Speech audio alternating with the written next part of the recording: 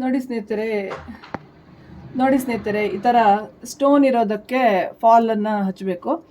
ಯಾವ ರೀತಿ ಹಚ್ಚೋದು ಅಂತ ನಾನು ಇವತ್ತು ತೋರಿಸ್ಕೊಡ್ತಾ ಇದ್ದೀನಿ. ಇದೇನಿದೆಯಲ್ಲ, ಈ ಫೂಟ್ ಇದೆಯಲ್ಲ, ಇದನ್ನು ಸಿಂಗಲ್ ಸೈಡೆಡ್ ಫೂಟ್ ಹಾಕ್ಕೋಬೇಕು.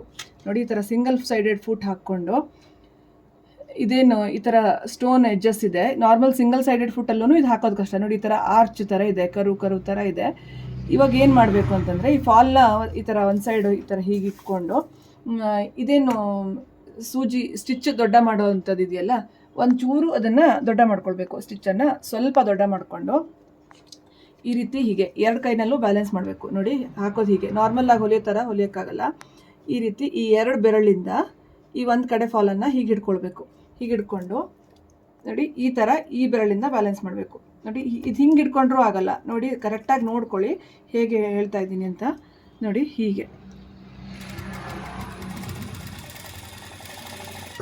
ಹಿಡ್ಕೊಂಡು ಒಂದ್ಸರಿ ಸ್ಟಾಪ್ ಮಾಡ್ಕೊಳ್ಬೇಕು. ತುಂಬ ನಿಧಾನಕ್ಕೆ ಸ್ಟಿಚ್ ಮಾಡಬೇಕು, ಇಲ್ಲಾಂದರೆ ಸೂಜಿ ಪಟ್ಟ ಅಂತ ಮುರಿದು ಹೋಗುತ್ತೆ. ನೋಡಿ, ಹೀಗೆ. ಇವಾಗ ಇದು ಸ್ಟೋನ್ ಮೇಲೆ ಬಂದ್ರೂ ಸ್ಟೋನ್ ಮುರಿಯಲ್ಲ, ತುಂಬ ಎಡ್ಜಸ್ಸಲ್ಲಿದೆ. ಹಾಗಾಗಿ ನೋಡಿ, ಈ ಥರ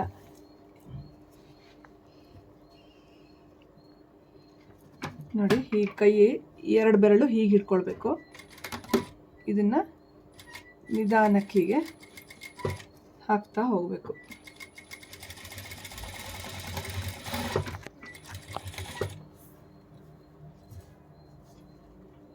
ನೋಡಿ, ಈ ಎರಡು ಬೆರಳು ಹೀಗೆ ಇಟ್ಕೊಳ್ಬೇಕು. ಈ ಎರಡು ಬೆರಳಿಂದ ಇಲ್ಲಿ ಪ್ರೆಷರ್ ಕೊಟ್ಟು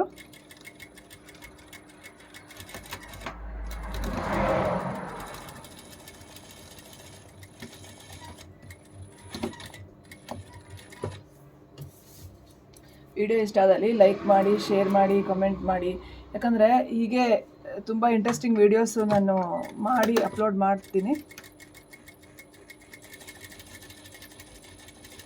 ನೋಡಿ, ಹೀಗೆ ಫುಲ್ ಆಗ್ತಾ ಬಂತು. ನೋಡಿ, ಈ ರೀತಿ.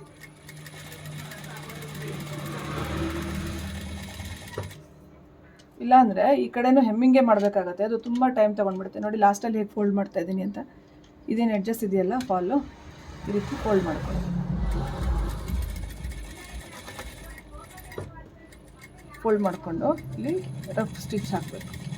ಹೀಗೆ ಹಾಕ್ಬಿಟ್ಟು ಕಟರಿಂದ ಅಥವಾ ಕತ್ರಿಯಿಂದ ಈ ಥರ ಕಟ್ ಮಾಡಬೇಕು. ನೋಡಿ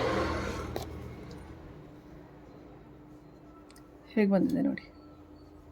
ಎಲ್ಲೆಲ್ಲೂ ಫಾಲ್ ಹೊರಗಡೆ ಕಾಣ್ತಾ ಇಲ್ಲ, ಅಥವಾ ಸ್ಟಿಚ್ ತುಂಬ ದೊಡ್ಡದಾಗೂ ಬಂದಿಲ್ಲ, ದೂರನೂ ಬಂದಿಲ್ಲ.